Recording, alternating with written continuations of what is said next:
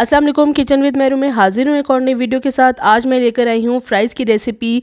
वैसे तो फ़्राइज़ आसानी से बन जाती हैं, लेकिन अगर आप चाहते हैं कि आपकी फ़्राइज़ बहुत ही ज़्यादा क्रंची और क्रिस्पी बने तो इस वीडियो को आखिर तक ज़रूर देखें। बहुत ही ज़बरदस्त रेसिपी है। और इसके साथ आज मैं तैयार करने जा रही हूँ एक स्पेशल सॉस जिसका टेस्ट लाजवाब है। बहुत ही आसानी से ये स्पेशल सॉस भी आप बना सकते हैं और ये फ़्राइज़ बहुत ही क्रिस्पी तैयार होती हैं। अगर आप चाहते हैं कि आपकी फ़्राइज़ ऐसी ही कड़क और क्रिस्पी हों तो मेरी रेसिपी को ज़रूर फॉलो करें। आइए इस मज़ेदार से क्रिस्पी फ़्राइज़ को बनाने के लिए देखते हैं हमें किन किन चीज़ों की ज़रूरत है। फ़्राइज़ को तैयार करने के लिए मैंने ये आलू लिए हैं 2 अदद। आप अपने हिसाब से आलू ले सकते हैं, इसमें आलू की क्वांटिटी कोई फ़िक्स नहीं है। और अब इसको काटने का एक स्पेशल तरीका है। अब ये देखें, इस तरफ से आपने पहले आलू को काट लेना है सीधा और फिर इस तरफ से, चारों तरफ से हमें इसी तरह नाइफ़ की मदद से काट लेना है। इस तरह काटने के बाद आलू हमारे पास एक शेप में आ जाएगा। अब इसको हमें क्या करना है, स्लाइस में काट लेना है और स्लाइस का साइज़ एक ही जैसा होना चाहिए, छोटा या बड़ा नहीं रखना है। आप देख सकते हैं मैंने इसे किस तरह काटा है और कितना मोटा रखा है। इसी तरह मैं दूसरे आलू को भी हर तरफ से इस तरह बराबर काट लूँगी और फिर इसे मैं स्लाइस में काट लूँगी। आलू के स्लाइस और फ्राइज़ का साइज़ जो है वो एक जैसा ही होना चाहिए। अब इनको मैं इस तरह से फ्राइज़ की शेप में काट लूँगी और बिल्कुल इक्वल ही हमें काटना है। ये देखें, बिल्कुल परफेक्ट मैंने इसे काट लिया है। इसी तरह मैं आलू को काट कर रख लूँगी और फिर हमें एक अदद बाउल में पानी ले लेना है। इसके बीच में मैं ये तमाम कटे हुए फ्राइज़ डाल दूँगी। इन फ्राइज़ को 30 मिनट्स तक हमें इसी पानी में रखना है।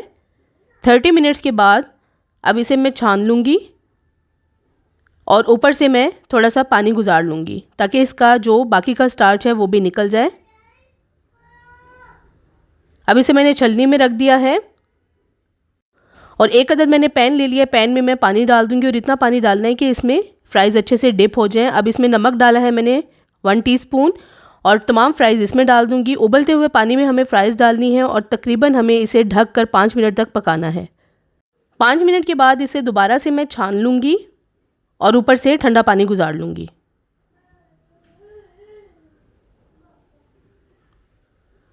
ठंडा पानी गुजारने के बाद इसे छलनी में रख दिया है। अब मैं आपको दिखाती हूँ कि इसे मैंने सिर्फ 5 मिनट के लिए उबाला है, बहुत ज़्यादा आलूओं को गलाना नहीं है।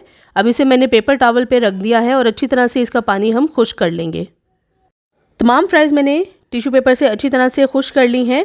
अब मैं एक अदद प्लास्टिक बैग ले लूँगी। ज़िप लॉक बैग ले लें या प्लास्टिक बैग ले लें, इसमें तमाम फ्राइज़ डाल दें इस तरह से।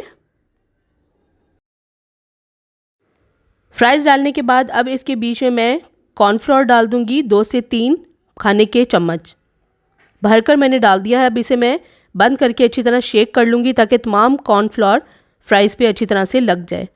अब ये देखिए, फ्राइज़ पे अच्छी तरह से कॉर्नफ्लोर लग गया है। इसे मैं बॉक्स में डाल के निकाल के रख दूँगी और ढककर साइड पे रख दूँगी। तब तक मैं सॉस तैयार कर लूँगी। सॉस तैयार करने के लिए दूध मैंने लिया है 120 ml, खुला या डब्बे का कोई भी ले सकते हैं। 4 से 5 अदद मैंने ये चेडर चीज़ के स्लाइसेस लिए हैं, आप मोज़रेला चीज़ के स्लाइस भी ले सकते हैं। 1 टेबलस्पून मैंने भर के ये मैदा लिया है। 1 टेबलस्पून भर के मैंने ये चिली सॉस ली है और 1 से 1.5 टेबलस्पून भर के मैंने ये मक्खन लिया है। अब मैं सॉस तैयार करूँगी। पैन में मैंने बटर डाल दिया है और बटर डालने के बाद इसे मेल्ट कर लेना है। इसके बाद इसमें मैदा डाल दूँगी। मैदे को हमें कुछ देर के लिए पका लेना है बटर में। 1 से 2 मिनट पकाने के बाद अब इसमें मैं डाल दूँगी ये चिली सॉस और इसे भी अच्छी तरह से मिक्स कर लूँगी। मिक्स करने के बाद थोड़ा सा इसे 1 मिनट तक पका लें और अच्छी तरह से मिक्स हो जाए तो इसके बीच में अब मैं थोड़ा थोड़ा करके दूध डालूँगी और सारा दूध एकदम नहीं डालना, थोड़ा थोड़ा करके डालते जाएं और इसमें से लम्स ख़त्म करते जाएं। जब दूध अच्छे से मिक्स हो जाए तो इसके बीच में अब मैं 3 अदद स्लाइस रख दूँगी। सारे स्लाइस एकदम नहीं डालने और इनको मिक्स होने तक हमें पका लेना है। फ्लेम मैंने बिल्कुल लो रखी हुई है और फिर बाकी के स्लाइस भी मैं इसमें डाल दूँगी। इनको भी अच्छी तरह से मिक्स करके पका लूँगी। चीज़ डालने के बाद हमें इस सॉस को बहुत ज़्यादा नहीं पकाना, बस चीज़ के अच्छी तरह से मिक्स होने तक हम इसे पका लेंगे। ज़्यादा पका लिया तो ये बहुत ज़्यादा थिक हो जाएगी ठंडे होने के बाद। अब ये सॉस बिल्कुल रेडी है। फ्लेम मैं ऑफ़ कर दूँगी और इसे मैं अलग बाउल में निकाल लूँगी। मज़ेदार सॉस बिल्कुल रेडी है और टेस्ट इसका लाजवाब है। बहुत ही ज़बरदस्त टेस्ट की ये तैयार होती है। इसके ऊपर हल्का सा चॉप किया हुआ हरा धनिया और थोड़ा सा मैंने ये मसाला डाल दिया है, चाट मसाला। सॉस रेडी हो जाए तो अब मैं फ़्राइज़ को फ्राई कर लूँगी। ऑयल को अच्छी तरह से गरम कर लें और उसके बाद तमाम फ़्राइज़ इसमें डाल दें। फ़्राइज़ डालने के बाद आपने फ़ौरन चम्मच से इसे हिलाना नहीं है, 1 से 2 मिनट इसे पकने दें। मीडियम टू हाई हीट पे मैं इसे पका रही हूँ। तकरीबन हमें 4 मिनट तक इसे पकाना है, 4 से 5 मिनट, इसे ज़्यादा देर नहीं पकाना।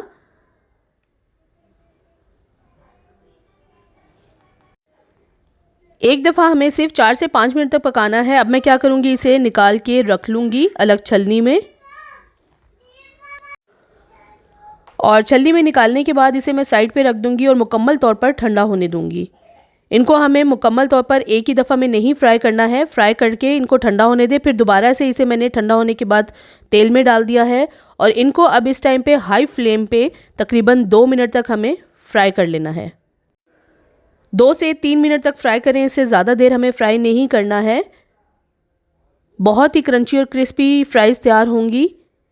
अब ये बिल्कुल रेडी हो गई हैं। इनको अब मैं निकाल के छलनी में रख दूँगी ताकि फ़ालतू तेल इसका निकल जाए। फ़्राइज़ बिल्कुल रेडी हैं और बहुत ही ज़बरदस्त शेप की बनी हैं। इनको अब मैं डिश आउट कर लूँगी। ऊपर से हल्का सा चॉप किया हुआ हरा धनिया डाला है और थोड़ा सा इसके ऊपर मैं चाट मसाला डाल दूँगी। मज़ेदार फ़्राइज़ हमारी बिल्कुल रेडी हैं, सॉस भी रेडी है। अगर आप चाहते हैं कि आपकी फ़्राइज़ भी इसी तरह बिल्कुल क्रिस्पी बने, कड़क बने, तो आपने इसी तरह रेसिपी को फॉलो करना है। इंशाल्लाह आपकी फ़्राइज़ भी बिल्कुल ऐसी ही बनेंगी। ये देखिए कितनी ज़बरदस्त बनी है, बिल्कुल कड़क फ़्राइज़ तैयार हुई हैं।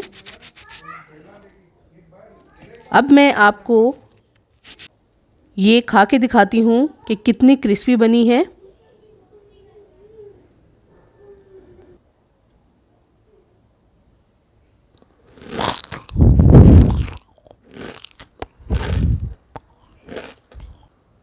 बहुत ज़बरदस्त क्रिस्पी तैयार हुई हैं।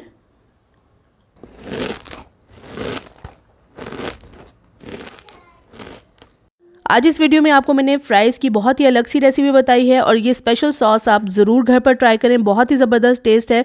और मुझे कमेंट्स में ज़रूर शेयर करें ये वीडियो आपको कैसी लगी।